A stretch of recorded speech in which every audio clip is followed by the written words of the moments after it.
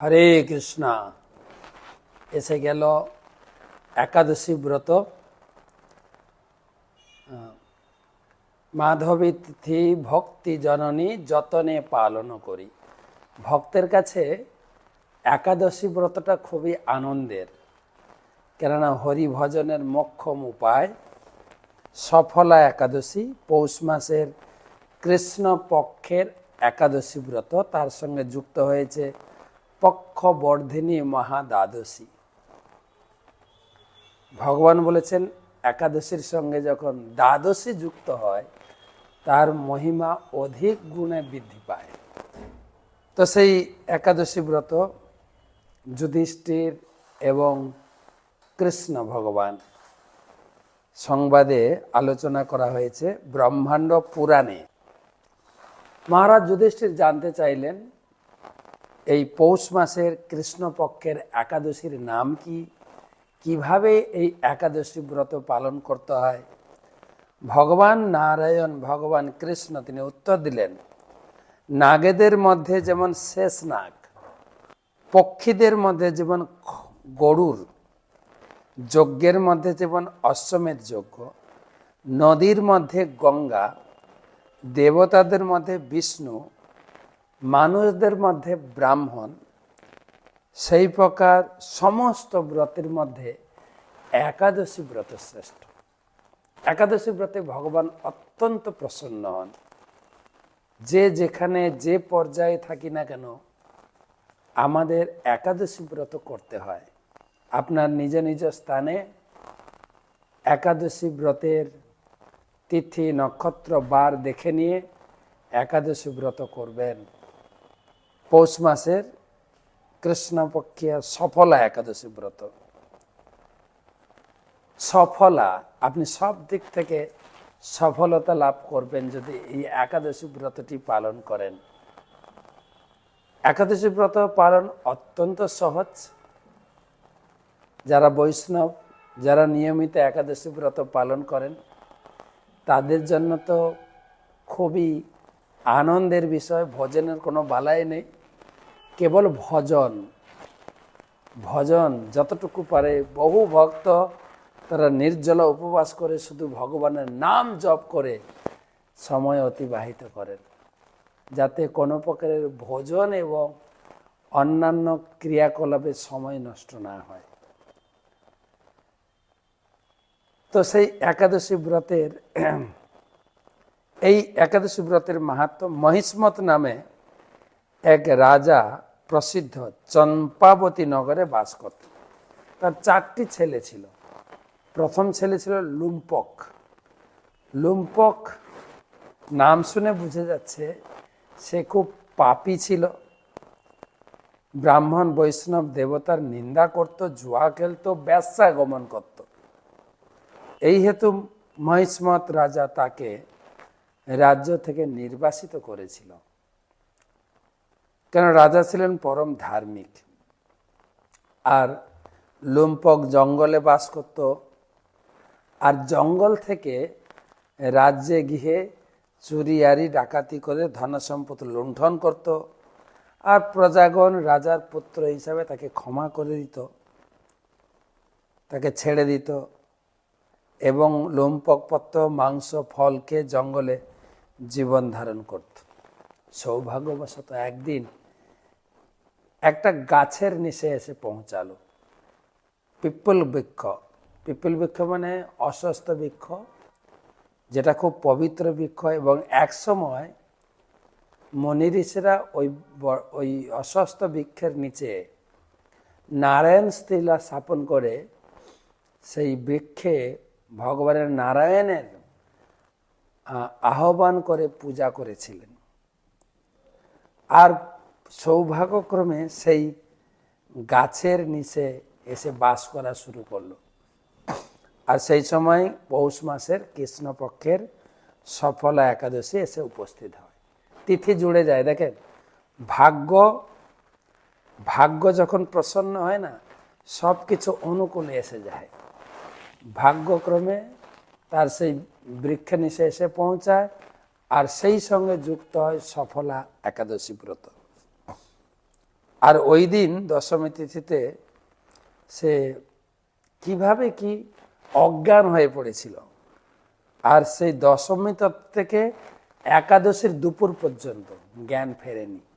তার জ্ঞান ফেরল, অচেতন অবস্থা থেকে ফিরে এলো, আর সে এত দুর্বল হয়ে পড়েছিল যে পশু হত্যা করে তার মাংস খাবে সেরকম তার উপায় ছিল না। সে কি করলো, কোনো রকম কিছু ফলমূল সংগ্রহ করে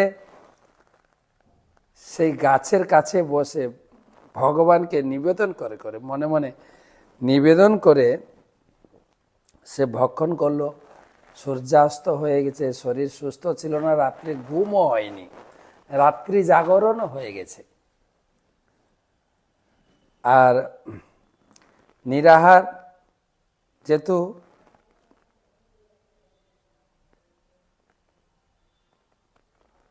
বলছে ফল খায়নি, ভগবানকে নিবেদন করেছে কিন্তু খেতে পারেনি। নিরাহার ও জাগরণের ফলে তার সফলা একাদশী ব্রত হয়ে যায়।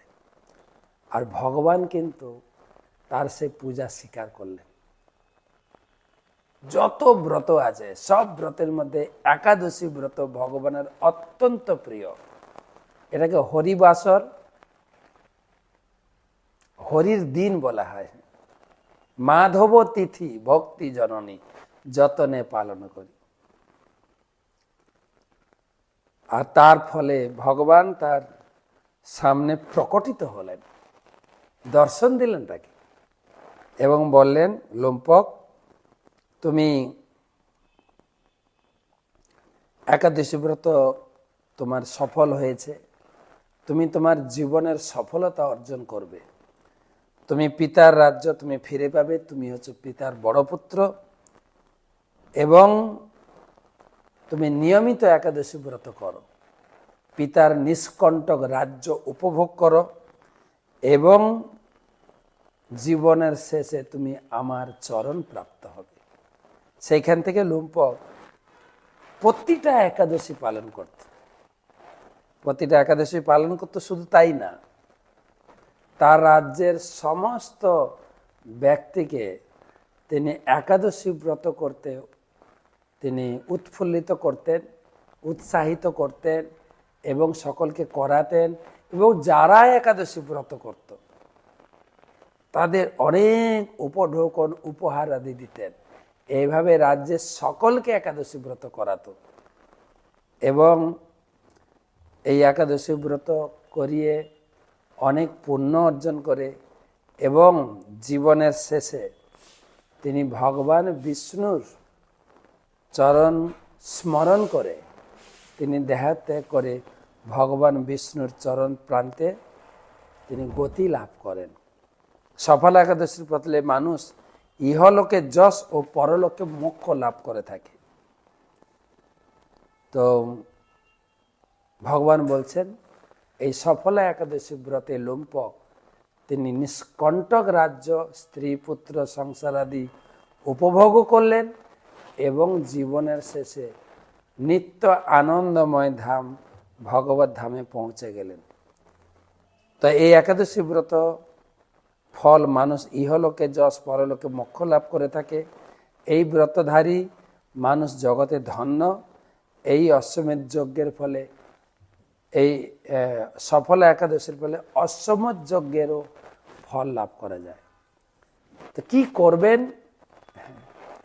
কমপক্ষে ব্রহ্ম মুহূর্তে ঘুম থেকে উঠে যদি পাশাপাশি পবিত্র নদী বা পুষ্করিণী থাকে, গোবিন্দ স্মরণ করে স্নান করবেন, ভগবানের মঙ্গল আরতি, তুলসী পূজা করবেন, ভগবানের নাম জপ, এবং সেই সঙ্গে গোবিন্দের পূজা, শৃঙ্গার এবং গোবিন্দ স্মরণ করে আপনি দিন অতিবাহিত করবেন। সম্ভব হলে নির্জলা উপবাস করবেন, না হলে জলাহার, না হলে ফলাহার, না হলে শাকাহার বলে। শাকাহার মানে আপনি যে সমস্ত সবজি একাদশীতে গ্রহণ করার নির্দেশ হয়েছে, কাঁচকলা, পেঁপে, আলু, বাদাম, এগুলো দিয়ে কোনো সবজি বা ফলমূল ঘি দিয়ে একটু অল্প করে রান্না করবেন, তারপরে সেগুলো গোবিন্দকে ভোগ দিয়ে গ্রহণ করবেন, পারলে রাত্রি জাগরণ করবেন এবং পরের দিন টাইম মতো যে সময় উদ্দিষ্ট হয়েছে পারণের সময় দেখে নিয়ে পারণ করবেন। কিভাবে পারণ করবেন? আগে যেভাবে বলেছি সেইভাবেই পালন করবেন। আপনি যদি আপনার কাছে মহাপ্রসাদ থাকে, জগন্নাথের মহাপ্রসাদ, আপনার পারণের সময়ের ভিতরে পারণ করে নেবেন, একদানা মহাপ্রসাদ গ্রহণ করে, না হলে ভগবানকে আপনি অন্ন ভোগ, খিচুড়ি ভোগ দিয়ে গ্রহণ করতে পারবেন। তো এইভাবে সেই সফলা একাদশী ব্রত ভগবানের চরণে অর্পণ করে আপনি ব্রাহ্মণ বৈষ্ণবকে ভোজন দিয়ে তারপরে প্রসাদ গ্রহণ করবেন। তো এইভাবে একাদশী, সফলা একাদশী ব্রত করে জীবনের সমস্ত দিকে সফলতা অর্জন করুন। সফলা একাদশী ব্রত কি জয়।